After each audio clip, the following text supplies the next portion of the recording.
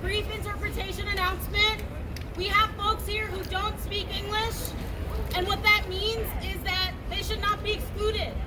Language often determines who is included and who is not, who gets to make decisions and show power. So we're using interpretation equipment to hold our conversations in Bangla, in English, and in Mandarin. So please try to speak slowly, pausing after each sentence so interpreters have a chance to reiterate what you're saying. We'll use this gesture to ask one another to slow down. And please remember to introduce yourself before you speak to assist interpretation. To begin with, I want to give a warm welcome to our electeds. First, thank you, Councilmember Julie Wan.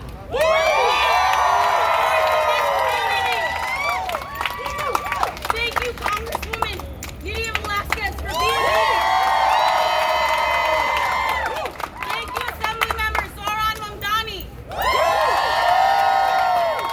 And the many brave electeds who actually decided to stand with community and working class immigrants, communities of color. My name is Faria Akhtar, and I'm CAF's lead organizer in Astoria. I've been organizing and building power with working class people of color for the past 8 or 9 years, and my earliest memories are of growing up on 31st Street in Astoria, just 5 minutes away from this proposed development. My family lived in a basement apartment on 31st Street. They immigrated from Bangladesh in the 1990s, like many of the families that live there now. This community has long been a place for immigrants to start their lives, where they're rooted and able to move up and to have community. Don't let the proponents of Innovation Queens, like Mayor Eric Adams and Queensborough President Donovan Richards, fool you. They and their campaigns have been funded by real estate. Tell the truth. The Real Estate Board of New York celebrated Adrienne Adams' victory as Speaker. She now has a chance to stand with community. Billionaires behind Innovation Queens, Silverstein Properties, Bedrock Real Estate Partners, and Kaufman Astoria Studios, which has been bought by Hackman Capital and Square Mile Capital, 2 more billionaire firms. They don't know what this neighborhood is. All right. Labor and community have been pitted against each other, but it doesn't need to be that way. We believe in union labor. We are workers. And we believe the people who work should be the people who can afford to live in the neighborhood. Our coalition is made up of working class immigrants, people of color that have made Astoria, made Queens, and made New York City what it is.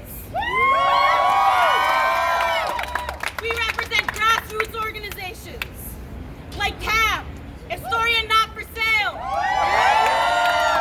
Woodside on the Move, Justice for All Coalition, Muslim Organizing Collective, Bangladeshi Americans for Political Progress, faith institutions like El Bair Masjid, Hope Church Astoria, and small business owners like those of Little Flower Cafe, Mahmoud's, and Love Day Vintage.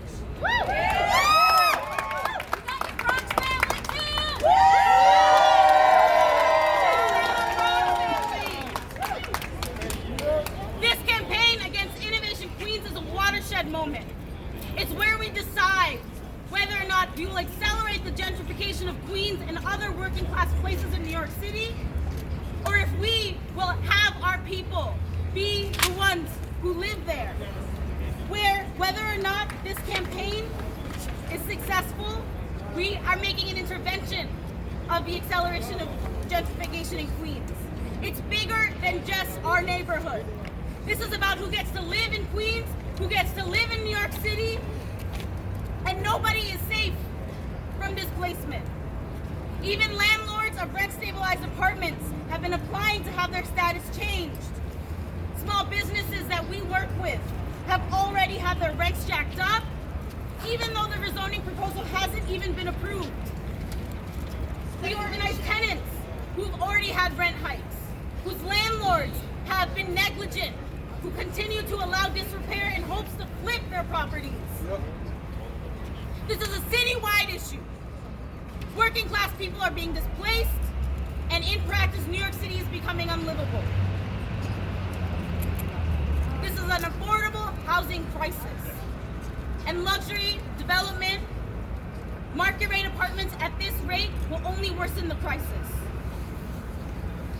I want to turn it over to our very own council member, Julie Wan.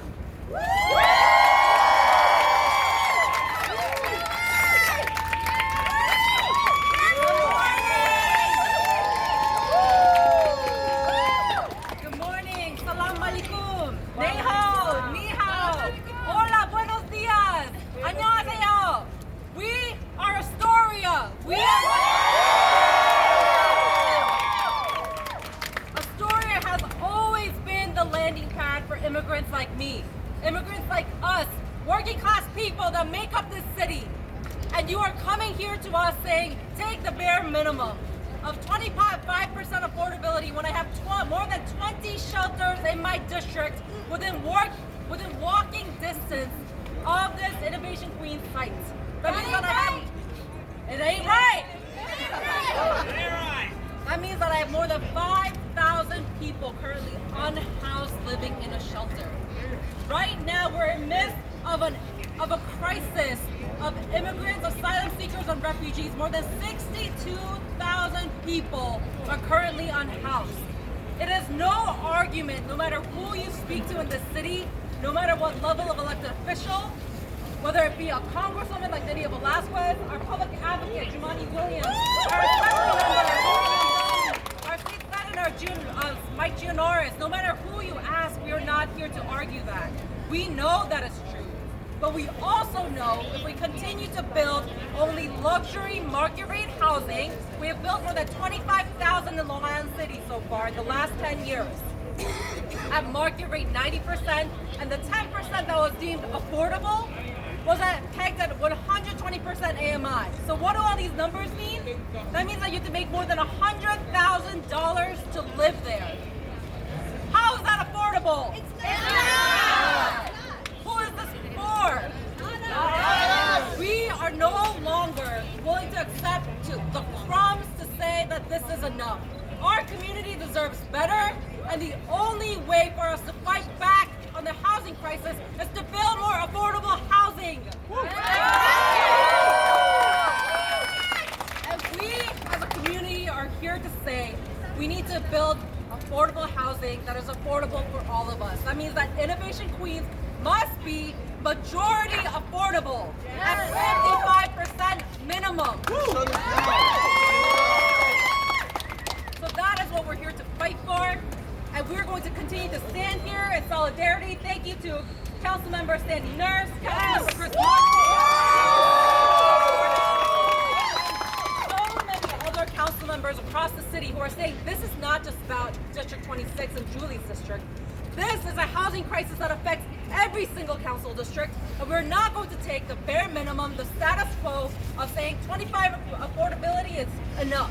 We're saying that is the floor, not the ceiling, and we're going to continue to push until we have affordable housing for everyone now. We're not going to wait for a trickle-down economy to hit us a few years from now. So I thank you for being here. I'm going to pass over the mic to Public Advocate Jumaane Williams. What's up, Astoria? Peace and blessings, love and light to everybody. I want to thank Julie Wan for her leadership on this. Yes. And everyone else here, our Congressmember, our council colleagues, and our former council member, Carlos Machado, is here as well. I guess it's about maybe 6, 7 years ago, when I was the Housing and Buildings Chair, there was a proposal called MIH, Mandatory Inclusionary Housing. That came through this committee. That came through this council. When I was the Housing and Buildings Chair, it went through the Land Use Committee. And 5 of us voted against it. 5 of us said this is not enough.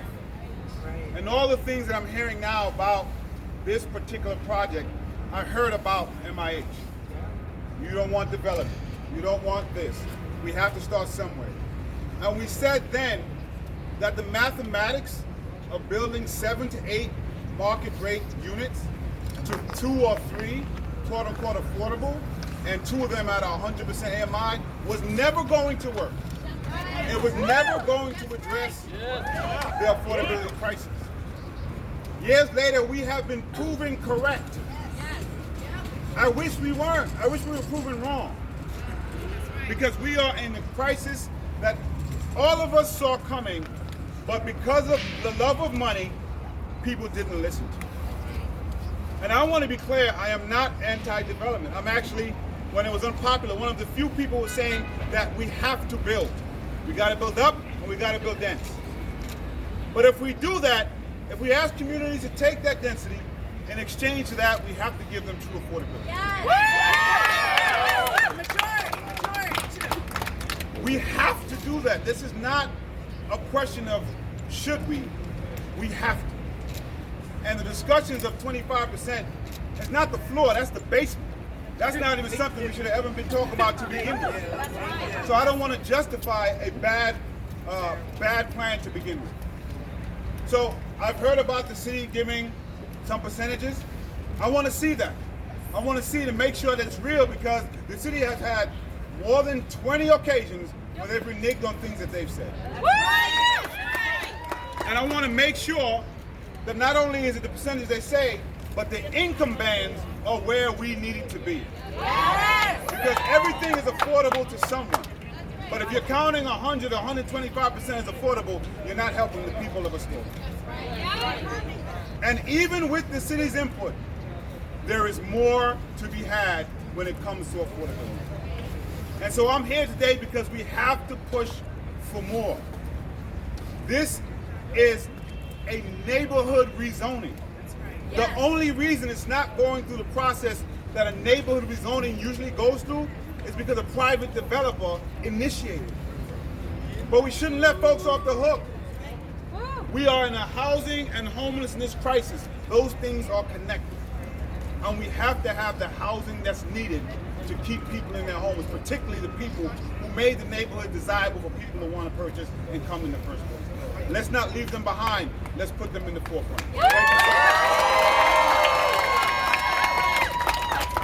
Let me hear it for public advocate Jamari. Absolutely right. Next, I want to welcome our Congresswoman, Nydia Velasquez. Thank you all. Good morning, everyone. Good morning. Good morning. Astoria. It's not for sale. But I just want to say many of you will be my decision. And it is my honor, the honor of my life, to be here and to be your voice in the country.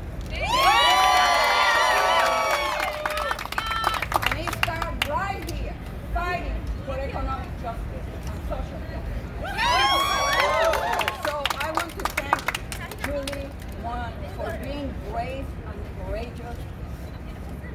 Manny Williams, all my colleagues in government, elected officials, city council members, and assembly members who are here. You know, we have one shot to get this right. One shot. So, we all know that we talk about the fact that we are facing an affordability crisis right here in New York City. And you know what? The way this rezoning goes, it will set the stage for the next rezoning. So we are not fighting here for Astoria, Queens. We're fighting for the entire working people in New York City.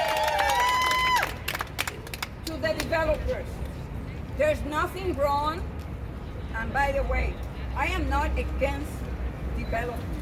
I am pro sound, equitable development. Yes. Because every day we see in the news about homelessness in New York City, about immigrants that are coming in. And by the way, can I answer the question about gentrifiers? Look at them. Do we look like gentrifiers? Well, this is a new definition, I guess. I will tell developers, go back to the drawing board. Yes. Go back and meet with the community, the stakeholders, the activists, the elected officials. And I do know that this is a decision that will rest on the city council members. And I will say to the city council members, remember, the next development and application for rezoning might happen in your own district. And you might not agree with the proposal. So, and then some people ask, what is a congresswoman doing meddling with the city council affairs? I have every right, because when I am in Washington fighting for affordable housing, and when I'm fighting for low income tax credit that may very well be used in this proposal, I have every right to be here. So, you know, as the members, speakers previous to me stated, 25% doesn't cut it. Never. They need to do better. And don't say, and please, for the media, the reporters that are here, when they throw out there that this is 40% affordable, no, it's not. It's 25%. The other 50% is subsidized by the city of New York. And my question is, why do we have to invest taxpayers' money to make a private developer look better?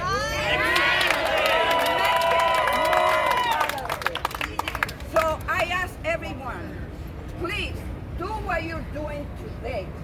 It takes organizing, it takes activating everyone to demand what is right. Yes. This is not a giveaway. We are giving the developers the right to build higher, more density at the expense of working people in this city. No, we are here to say no. Yes. For everything that you're doing for Paul and Julie, I take my hand off and say thank you for being the elected official that we should all aspire to be. I know it's not easy, but you have the power to represent the people, the working families that could be basically displaced. Not only individuals, but small businesses. If not, I ask each one of you, go and visit every real estate site and look at Cypress Hill and East New York, and then talk to me about affordability after we pass the upzoning that took place last week. Thank you.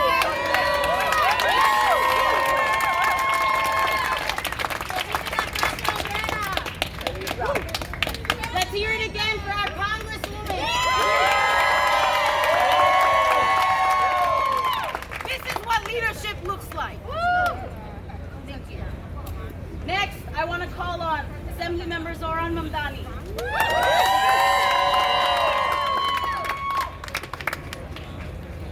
How we doing, Astoria?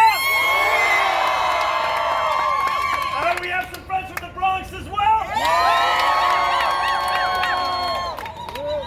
My name is Zohran Kwame Mamdani, and I am the Assembly Member for the 36th District. This proposal will be in the district that I will have the privilege of representing come next January. Our city's land use process and rezoning process forces us to fight over crumbs from billionaire developers and make impossible choices when there is a whole pie, the possibility of abundant affordable housing at stake. In our current system, development is driven by profit, not by the needs of working class New Yorkers. That's right. And while we work to create a housing system that works for the many and not the few, we are tasked with fighting to extract the maximum number of concessions possible from developers of projects such as Innovation Queens, and with rejecting such proposals when the concessions are insufficient. At this time, Innovation Queens has not given this neighborhood nearly enough, and I stand in opposition to this current proposal. As it stands, there is not enough guaranteed affordability to mitigate the risks of fundamentally altering the class character of our neighborhood. A neighborhood where nearly 50% of its population is classified by the city as low and very low income. The renderings of this project, released by Innovation Queens, feature luxury retail stores including Chanel and Gucci. And while we understand that these may not be the final commercial tenants when this project is developed, this rendering speaks to the ultimate vision of these developers. We need more housing in our city, housing that meets the needs of working class and low-income New Yorkers, and ensures our neighborhoods residents can afford to stay in the place they own. As we push for that vision in New York City, I will return to Albany in January to continue to fight for good cause eviction and legislation that keeps my residents in their homes. Thank you very, very much to every single member of this coalition, to my colleagues, and most importantly, to every single constituent that is here today and that has been reaching out to us every single day. Thank you. Let's hear it for Assembly Member Zoran Mamdani.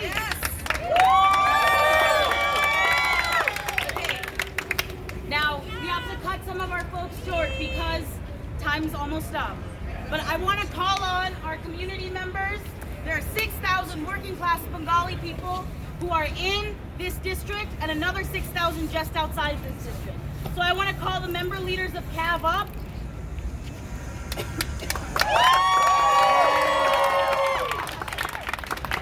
Kamila Putul Firdusi Sitara Delwarashin. Dele Rekiashin.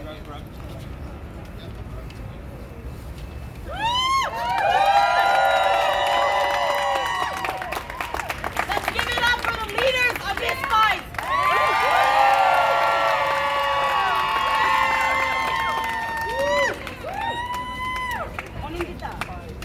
Are these the gentrifiers? No! Gentrifiers! We are protecting our homes. We do not want to displace anyone on behalf of the name of affordable development. We will protect our tenants. That is my job. And I will fight for them until the end.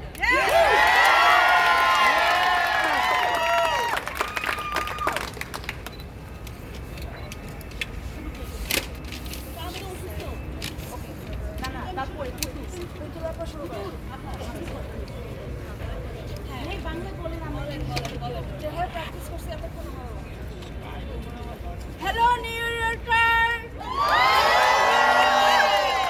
I am Bengali American. My name is Putul. I live in Astoria from 20 years.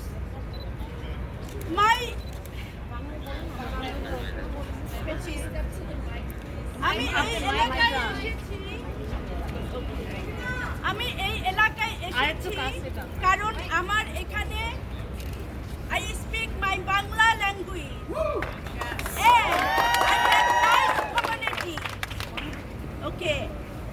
আপনাদের অনেকেরই মতো আমি এখানে আমারও পরিবারের জন্য সুন্দর একটা জীবন বানাতে চাই। Like many of you, I want to build a nice, beautiful life for my family. কিন্তু এই ডেভেলপমেন্ট অনুমোদন পেলে আমাদের পক্ষে তা সম্ভব হবে না। But if this development gets rezoned, if it passes, that will not be possible for us. আমি প্রতি সপ্তাহে 55 আওয়ার কাজ করি এবং আমার বেতনের 60% বাড়ি ভাড়া দেই। I work 55 hours a week and 60% of my income goes to the rent. এই বিলাসবহুল প্রকল্প আমাদের কমিউনিটি বদলে দিবে। This luxury development will change our neighborhood. And আমার পরিবারের জীবনে সরাসরি প্রভাব ফেলবে।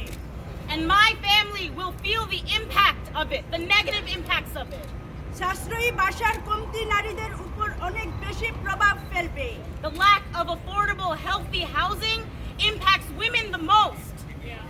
আমি একজন একা মা হিসাবে আমার সন্তানদের জন্য যত কিছু করা সম্ভব করছি। As a single mom, I do everything I can for my children. আমার সন্তানদের আমি অ্যাস্টোরিয়ায় বড় করেছি, কিন্তু এখন আমাদের এই অ্যাস্টোরিয়ার বাসা হারাতে হবে। So I've raised my children, my family in Astoria, and if this rezoning passes, then I will have to lose my home. তো আমি এত সহজে আমার জীবন ও ঘর হারাতে চাই না। I don't want to lose my home so easily. Okay, that's why I don't want this aviation, Astoria aviation. So লড়াই চাই। That's why I don't want this innovation. Fight, fight, fight. We want to live through fighting. We want justice.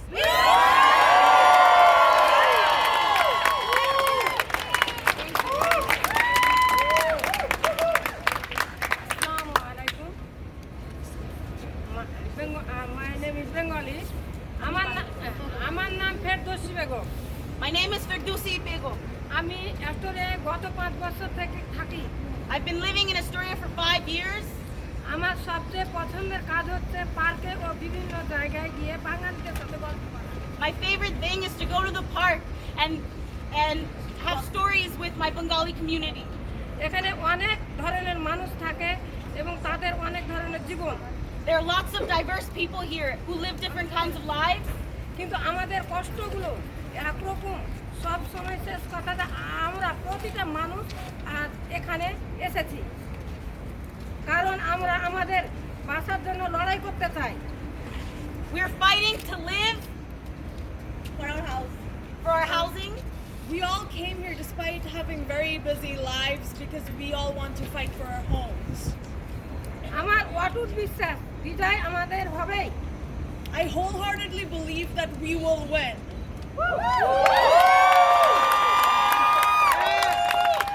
আমাদের billion টাকা আমাদের ঐক্য কিনতে পারবো না। Because not even their billions of dollars would be able to buy our unity and solidarity. থাকা সত্ত্বেও এসেছি এবং আমি আমার জন্য অত্যন্ত ধন্য। I am so grateful that you all came here today despite having so much going on in their lives. শোষণ শ্রেণীক নিপাতটা শ্রমিক সমাজ মুক্তি পাক! শোষণ শ্রমিক নিপাতটা শ্রমিক সমাজ মুক্তি পাক! শোষণ শ্রমিক নিপাতটা শ্রমিক সমাজ মুক্তি পাক!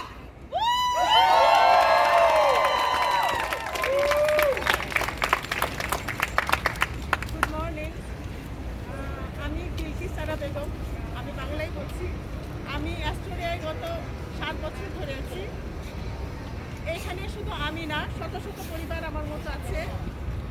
যদি এই প্রকল্প অনুমোদিত হয় তবে আমাদেরকে ঘর ছাড়া হতে হবে, শত শত পরিবারকে ঘর ছাড়া হতে হবে। ওরা আমাদের এলাকা আমাদেরকে না বলে দস্যুর মতো ছিনিয়ে নিচ্ছে। My name is Bilkis. I'll talk in Bangla. I've been living in Astoria for the last 6 years, and I know that I'm not alone. They will make hundreds of families get displaced if this development gets built. They're trying to take over our lands like robbers or pirates. Yeah, they are. Yeah, they are. Hell yeah. Colonialism তাদের about পক্ষে different যারা কথা বলছে তারা মনে করছে যে তারা কাজ পাবে, তারা চাকরি পাবে, এই জন্য তারা কথা বলছে। কিন্তু তারা একজনও কি ইনোভেশন স্পঞ্জ হলে সেখানে 1 ইঞ্চি জায়গাও কিনে নিতে পারবে? The people that are in support of this development are talking about the jobs that it's going to bring. But would even one of them be able to even rent an inch of land in Innovation Queens with the prices that they are asking for? আর তাদের এই কাজগুলো বা চাকরিগুলো হচ্ছে সাময়িক, অল্প সময়ের জন্য। এই ডেভেলপমেন্ট সকল দীর্ঘ সাময়িক প্রভাব হচ্ছে নেতিবাচক, কারণ আমাদের দ্রব্যমূল্য বেড়ে যাবে, আমাদের লাইফ চালানো খুব কষ্ট হয়ে যাবে, কারণ আমরা প্রতিদিন ইনকাম করি, প্রতিদিন খাই। So these jobs are temporary, but this development would permanently increase our cost of living and rent and make sure that we have to leave these areas. Innovation queens সিদ্ধান্ত নেবে যে অ্যাস্টোরিয়ায় কত টাকায় কে কিভাবে থাকতে পারবে এবং কাজের গুরুত্ব বেশি। Innovation Queens will decide who gets to live in Astoria in what conditions and for how much money. That's right. And who's more important. কিন্তু কুইন্স কি শুধু বড় লোকদের জন্য? But is Queens only for the rich? Hell no. এই বড় বড় building, রাস্তা, দোকানপাট কে বানিয়েছে? Who's made all of these big buildings and roads and stores? Us. He did. That's right. এটা আমরা অভিবাসীরা এটা তৈরি করেছি। We working class and immigrant people built these. আমরা কাজ করি এবং ট্যাক্স পে করি নিউ ইয়র্ককে সাজিয়ে দেওয়ার জন্য।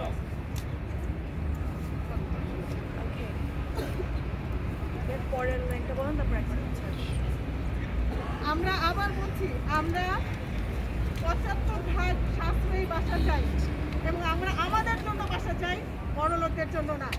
I am once again stating that we want 75% affordable Talk housing. about it. Talk about it. আমার পরিবারের বাৎসরিকায় 3000 টাকা, আমাকে বাসা ভাড়া দিতে হয় প্রায় 2000 টাকা। মাসিক monthly My family's monthly income is $3,000 and my rent is $2,000 of it. আমার এই 2000 ইউনিটের জন্য হাজার হাজার পরিবারের সাথে লড়াই করতে হবে। I would have to fight with thousands of families for these 200 units.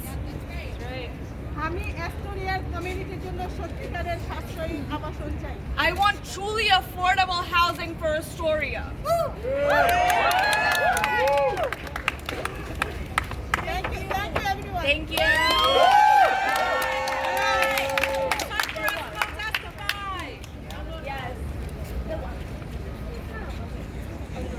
Okay. I want to shout out the folks who are a part of this community beyond just the Bengali immigrants. Thank you to Woodside on the Move. There is a massive Latino and Asian population beyond just us.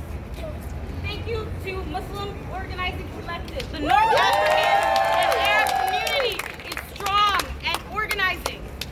Thank you to Ebby.